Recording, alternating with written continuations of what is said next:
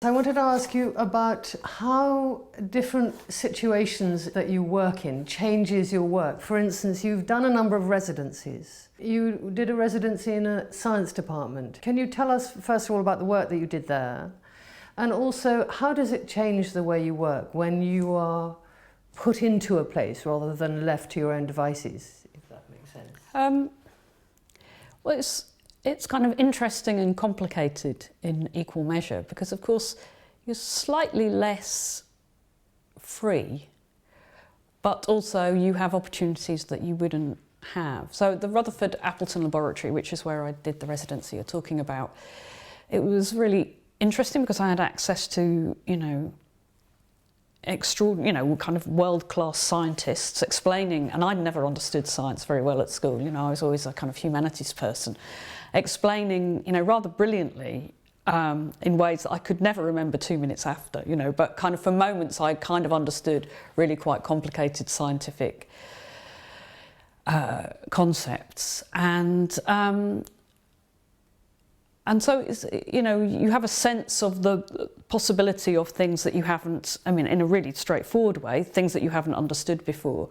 But that has an impact on the way in which you view your work. Not only the kind of interpretative use you might make of materials you find, that you know different things about them, but also it tends to make you, I don't know, it just kind of reorients you a little and enables you to make perhaps slightly different decisions.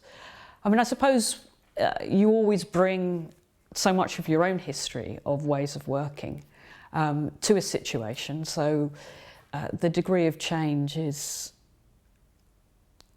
necessarily, proportion, in a way you're seeking to develop, but also to develop within a range of something that you kind of think you're working on over a series of projects. So I suppose, in the Rutherford Appleton Laboratory, I also looked at, their history of photography of the sun. It's not revelatory, it's not, it doesn't entirely transform you to work in these different situations, but it gives you a great opportunity to change and rethink things. I think there are also benefits to working, well, I think if you're an artist like me, I also enjoy working where I have no contact with an institution, because in a way that's very solitary and nobody knows what you're doing. And so there's a sense of privacy to that, which is also quite beneficial. So I guess I try to do both. Work in those situations where you meet people and you find out different things and you get access to whole bodies of material you just couldn't get outside of that relationship. And also it's socially very interesting. You understand how different kinds of institutions work and you meet people, and you just get a sense of different social worlds. And then, then there are other things where I work entirely by myself and nobody really knows what I'm working on until it's done. And but both of those are quite rewarding in different ways. Can you tell us a little bit about the work that you did there, about around the sun? Yes. What I became interested in was this archive of photographs of the sun, and through my interest in those, learning about the fact that since the late 1970s, sort of about 1870, the sun has been repeatedly documented on a daily basis since photography became reasonably accessible to scientists. And in this archive there are photographs intermittently up until about the end of the 19th century, and then systematically, absolutely systematically, from the beginning of the 20th century. And on some occasions 5 or 6 photographs a day, taken in an organised way around the globe, using at that time the colonies of the British Empire. So a completely systematic, organised approach to keeping the sun always in sight. So when it's set here, someone was photographing it somewhere else. And that this continued by the same means, glass plate photography, up until around the end of the Second World War. And then other processes succeeded that.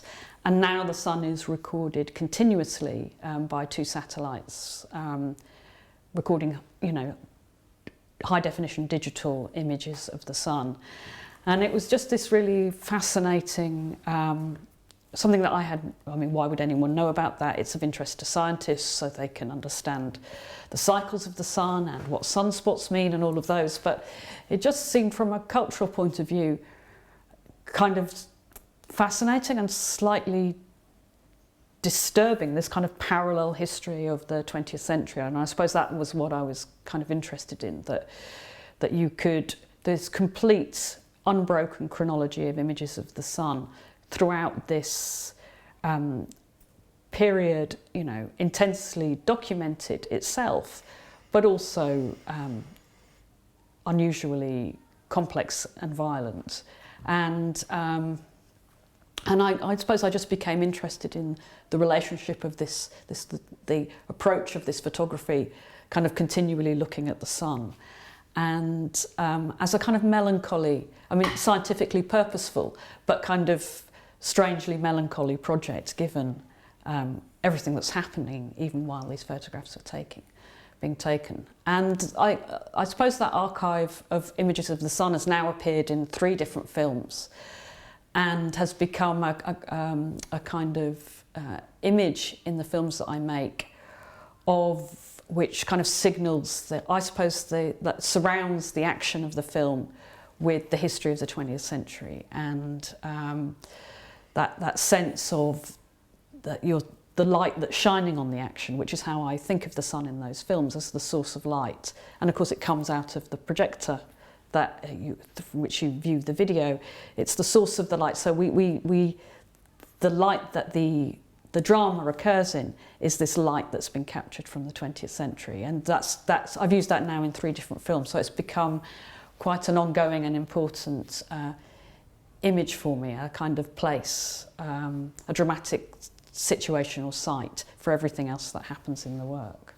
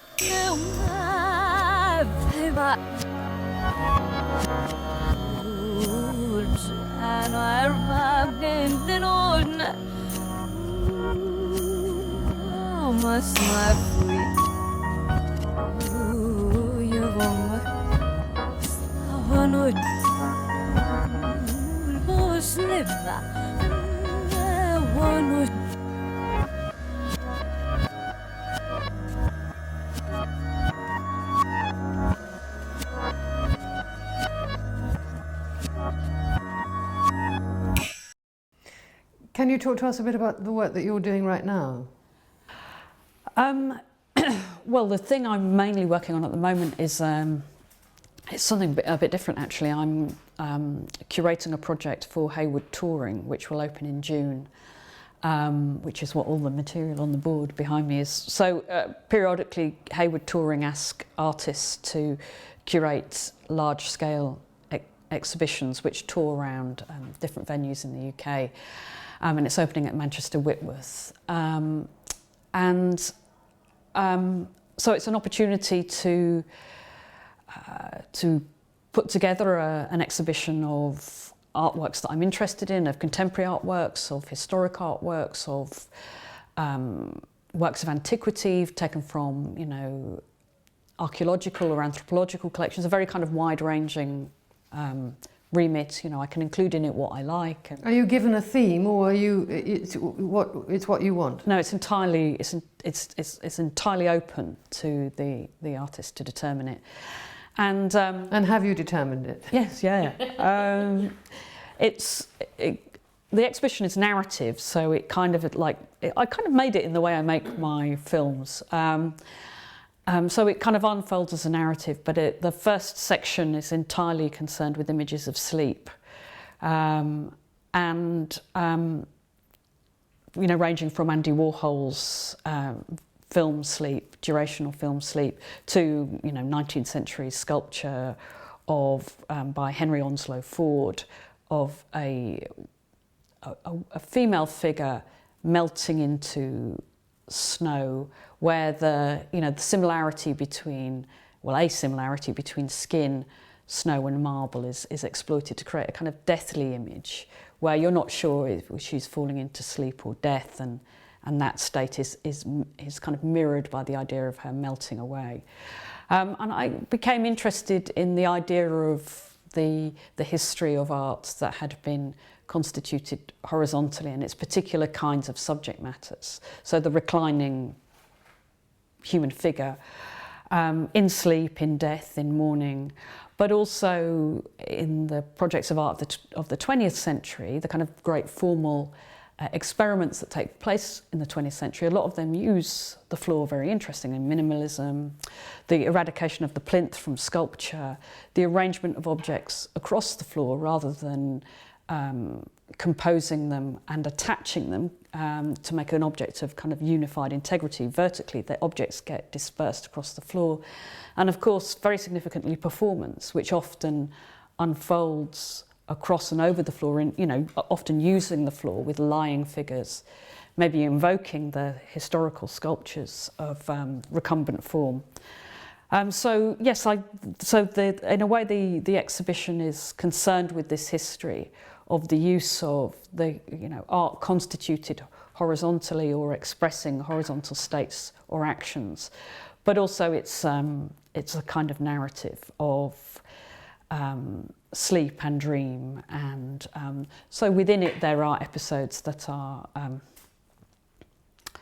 well, there's a kind of episode at the end which is very musical, and where there are dancing figures, and, you know, for example, the idea of the horizontal is extended into gesture, and so we have a film made by the Lumiere brothers of the dancer Loie Fuller, where she's wearing this kind of extraordinary floating dress which extends her arms so they're about 4 meters long, and she does this extraordinary swirling dance. Yeah.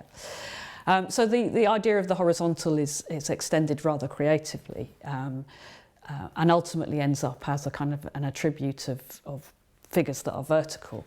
But yes, that's the kind of formal project of the exhibition, to look at this in the history of art, and but to attach it to a kind of narrative which is associated with dream or reverie, transgression and transformation.